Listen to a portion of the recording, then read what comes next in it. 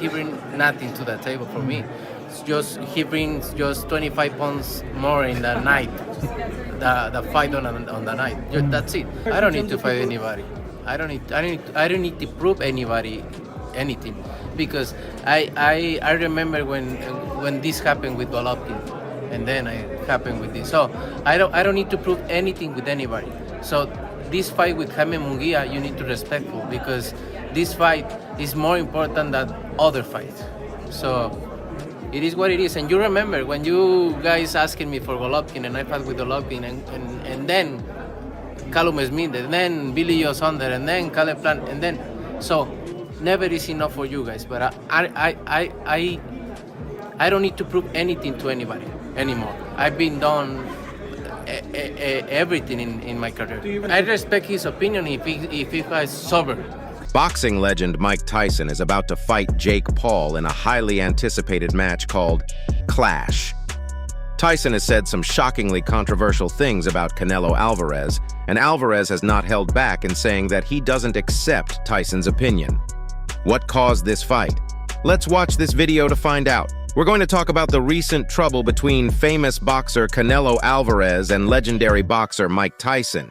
His next fight will be against H. Mangia, who is a rising star.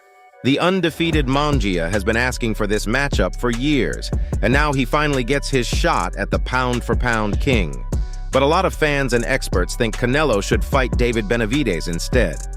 Canelo's biggest threat at super middleweight is thought to be Ben Abbs, who is 27 years old. But for some reason, Canelo keeps putting off making that fight. Some of the best heavyweights of all time, like Mike Tyson, called Canelo out for ducking Benavidez because of this. Here's exactly what Iron Mike had to say. Too bad Canelo isn't going to fight David Benavidez like everyone wants him to. Harsh words from Mike Tyson. He basically accused Canelo of cherry-picking easy opponents and damaging the integrity of boxing. And based on Canelo's reaction, it's clear those comments struck a major nerve.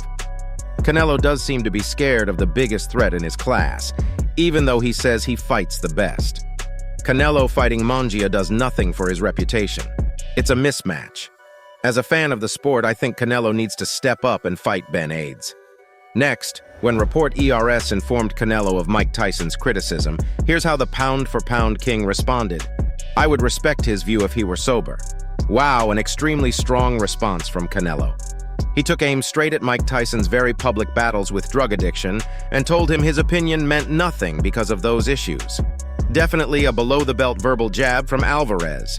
He doesn't think that he needs to show himself to a guy who's probably high on cocaine. When he says those things, his reputation speaks for itself. Canelo has the right to choose and fight whoever he wants. He doesn't really have to accept any heat from a retired boxer who is looking for a big payday against an annoying YouTube star turned boxer. Tyson couldn't even handle his fame and money back in the day. He spent his entire career snorting coke and treating people like crap. Now he expects me to care what he says about Canelo dodging fights and not listening to the fans. He's writing his own legacy, just like Mike did back in his prime, so he certainly doesn't need any help. Anyone who is ready to put his legendary stats at stake against the joke of a boxer at this point, Canelo, is just hurling insults. It's clear Tyson's words got deep under his skin while he had addiction problems. He's also one of the most famous fighters ever, so for Canelo to dismiss him so aggressively is raising a lot of eyebrows, but despite the harsh clapback, Tyson does make a fair critique about Canelo avoiding his most dangerous opponent, Ben Abbs. Let's break that down more. The fact is that David Benavidez presents that down more. The fact is that David Benavidez presents the biggest threat to Canelo Alvarez out of anyone at super middleweight. Here's why. At just 27 years old, Benavidez is already a two-time super middleweight winner. His only career losses were due to losing weight or testing positive for cocaine use. Ben Abbs has freakish size and power at 168 pounds, along with great technical skills. Out of his 25 professional wins, 23 have come by way of knockout. Simply put, the man has dynamite in his fists, and stylistically, Benavidez lines up nicely with Canelo. The high-pressure attacking game of Benavidez could back Canelo up and cause him problems he hasn't faced before. With all that in mind, it's clear why so many are pushing for Canelo to take on Benavidez next, rather than Jaime Munguia. Munguia is a good young fighter, but he has already shown defensive holes by taking big punches that Canelo will surely attack. Those holes simply aren't there with Novitz. The 27-year-old Mongia also just moved up to super middleweight last year, so making a title fight this soon is unlikely. Meanwhile, Benovitz has been a top dog at 168 pounds for over 5 years now. So while Canelo keeps brushing off criticism from Mike Tyson and other fans demanding the Benovitz fight, the calls will only keep getting louder until he makes it happen.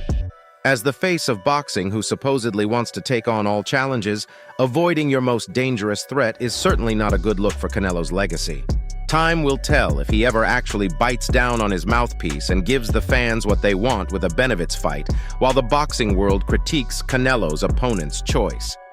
Hey Mongia, who stays supremely confident, will shock Alvarez and the fans when they clash despite having just 39 pro fights at super middleweight. Manga is walking around comparing himself to all-time Mexican great Julio Cesar Chavez. According to our source, Mongia is ready to face Alvarez and give him a fight he'll remember for a very long time. He's going to leave everything in the ring when he faces Canelo. The fans are going to watch a new Mexican legend be born. It will be a war, but Manga is sure that he will emerge victorious in this highly anticipated clash. He also thinks that Canelo hasn't faced a pressure fighter like him, someone who even comes close to his strength and skill. Mia's camp is confident about Canelo's failure to hold up to Mia's pace and power. These are big words from Mongia, and you have to respect his drive. He isn't just happy to share the ring with Canelo, he expects to win. The only time will be if Mongia can back those words up. Canelo has only lost 2 fights in 62 fights. Pulling the upset of the year will certainly take the right effort. At the end of the day, this fight against Mongia comes down to the reputation of Canelo Alvarez. With 3 weight world titles under his belt, he's already a lock for the Hall of Fame one day, but at only 33 years old, the expectations are lofty for how much greater Canelo can make his legacy before he retires, and that legacy hinges greatly on the quality of opposition challengers like David Benovitz, who are there to take Canelo. Even acknowledging questions about his opponent's selection shows the pressure is building, and a loss to Mongia would be absolutely catastrophic for Alvarez's standing in the sport, but we all know a focused and determined Canelo. Usually he rises to the situation under the brightest lights, and you can guarantee his fiery response to Mike Tyson acts as extra motivation. I expect to see a vintage Canelo Alvarez performance that tells the world why he's earned the label of boxing's pound-for-pound king. Anything less simply opens the floodgates to increasing criticism, which Canelo clearly seems desperate to avoid. That's all for today's recap, fight fans. Let me know who you think wins between Canelo and Mongia, and whether Canelo should fight Ben Aids next. That was today's news report. If you liked it, please like this video, and don't forget to subscribe while you're at it. Press the bell icon to never miss any news updates from our channel. We'll be signing off.